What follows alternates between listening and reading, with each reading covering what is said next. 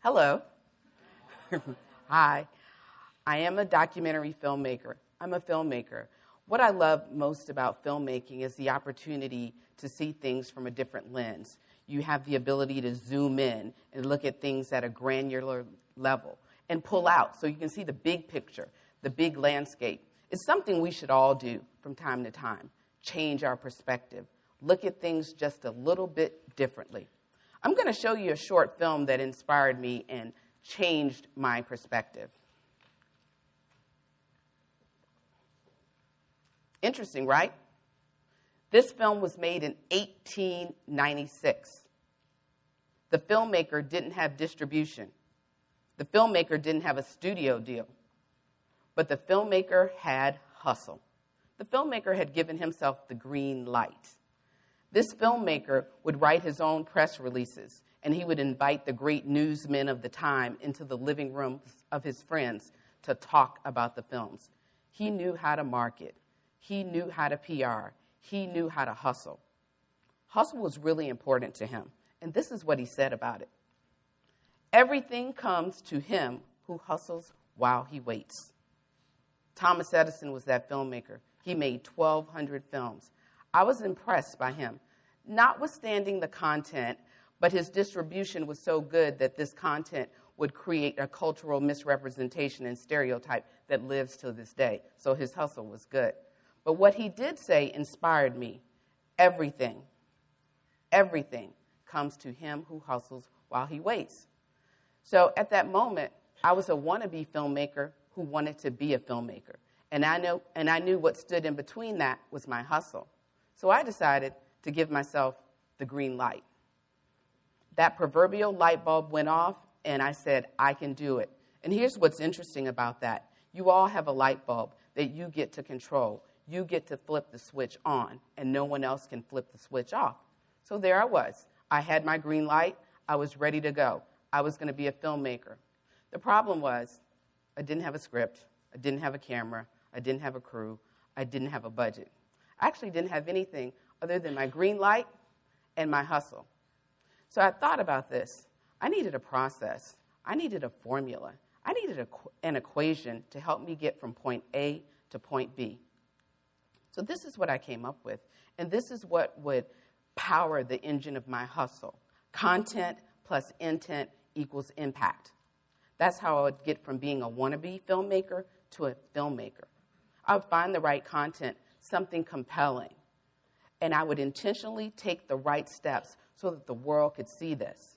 And the impact that I wanted would be content that would change people's perceptions about African Americans, content that would debunk stereotypes and myths, content that would bring the right stories about the right people to the table. So I needed to find that right content. But for me, finding that right content shouldn't be a problem. I worked in advertising. I knew good content when I saw good content. I knew I wanted it to be a gift back to the culture. I knew I wanted it to mean something. I knew it had to be important and it had to be substantial. And so, how would I find it? As luck would have it, the stars crossed, and I was listening to NPR one day, and Ford model Barbara Summers said, it happened November 28th, 1973. 5 American designers took on 5 French designers at the Chateau de Versailles, and it's the most epic moment in fashion, and Americans won. And their secret weapon, 12 black models. Whoa. Light bulbs on again. I think I found my content. I think I found the story for my first film. And I did. 75 hours worth of footage later, interviews in New York and Paris, Versailles 73 was born. I am still fascinated by what happened that night at the Palace of Versailles. It's just not like any fashion show that had ever been before. It was a battle between the American and the French designers. When the Americans presented, it was as if a new century had arrived. That was a moment in history that changed the course of fashion. People stomped at Versailles because these girls were so fabulous. It was just like a fairy tale. Great content, right? the type of content that I wanted to tell. So I had a film. What was I going to do next? So I talked to some friends and I said, hey guys, I've got this great film. I know I wanted it to be distributed. I had great intent. I wanted the world to see this story. It had been buried for 40 years, so I wanted to bring it to light. So I said, I'm going to submit this film to the Cannes Film Festival. And they laughed. They're like, Deb, that might be a stretch. You're a first-time filmmaker. You're not going to get into the Cannes Film Festival. It's not going to happen. Lower your standards. We know you have your green light on and everything, but you might want to take a step back into reality. So did I listen? No. Of course I didn't listen. I submitted my film to the Cannes Film Festival. Did I get in? Yes. No. I actually didn't get in. But that's okay, a little heartbroken, but I didn't get in. But I had intent. And the beauty of intent is that these are precise, disciplined steps that you take to get where you want to go. Intentionality is never indiscriminate. Intentionality is about focus. It's about preparation. It's about knowing the steps you want to take. And at that moment, I knew that I needed exposure. So I have my green light. I'm feeling bold. This is a big move. I had given myself the green light. I called the Cannes Film Festival and spoke to the woman in the Marché du Film, and I said, hi, I submitted my film to the festival, and I didn't get in. And she said, oh, you want a market screening then? Yes. She said, what I have left is Palais J, K, L, and M. Do you know which one you'd prefer? J. It was the initial in my mother's first name. Her name's Jeanette, so I picked J for that reason. She said, great, you're booked May 12th, 5:30 p.m. in Palais J, and we'll show your film. It's a market screening. Do you know the press and buyers and agents that you want to invite? Let me get back to you on that. So the point of this is when you give yourself the green light, you're going to propel yourself forward. Your hustle is going to drive you there, and that intent is going to get you right where you need it to be. So on May 12th at 5:30 p.m. in Palais J, my film was going to show. And at 5:28, I stood up to introduce the film, and I walk up to the front of the stage, not too different than this, and I look into the audience, and I see 6 people. And 3 of them had flown over from Atlanta with me. So, yeah. So this audience of 6 people, the lights are about to go down, the first frame is about to come up, then the doors burst open, a ton of people rush in. Because at that moment, the green light that I had given myself was starting to look a little yellow. In fact, it was starting to flicker a whole lot. And I was like, this is going to be red any minute now. But it remained green, and after the film was over, I learned in that screening was Women's Wear Daily, the French bureau chief who would write a 4-page editorial about the film, the Hollywood Reporter, several festival programmers, agents, buyers, and a producer from Los Angeles who would eventually fall in love with this film enough to option it into a feature film. So intent is critically important.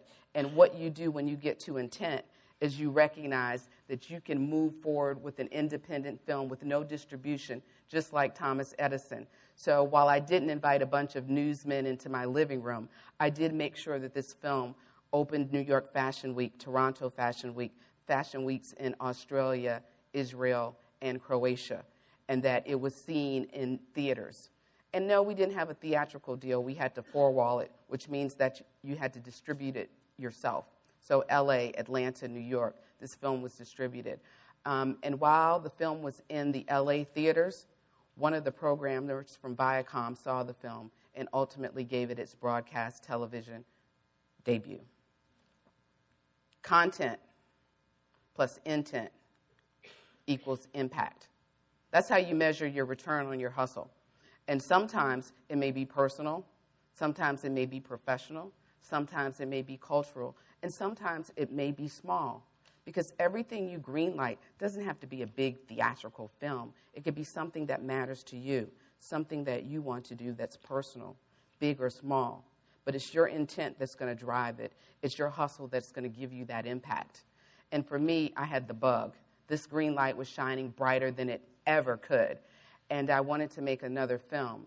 And the content was there. It came to me just as a vision.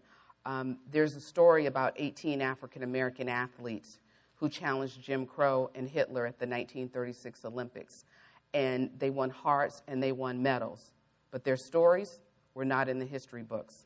They had not been recognized at the White House as many other athletes had. So that was the content. The intent and the impact would practically write itself.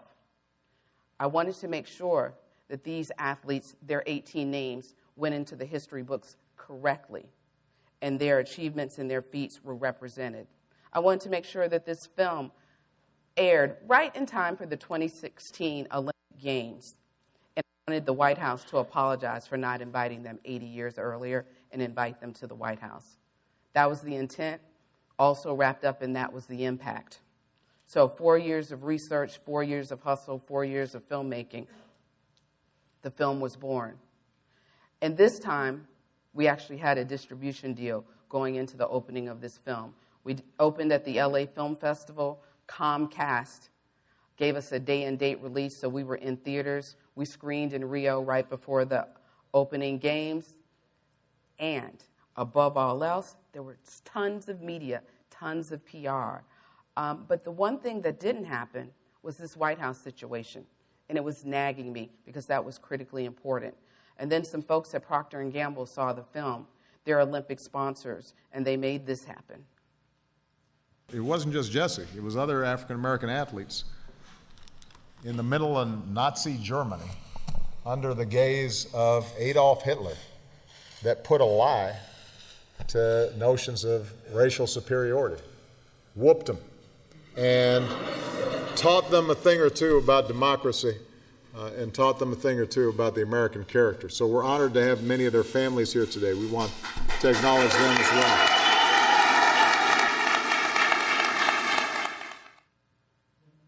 So these 18 athletes, after 80 years, were finally recognized in the White House by President Obama, and that was impact.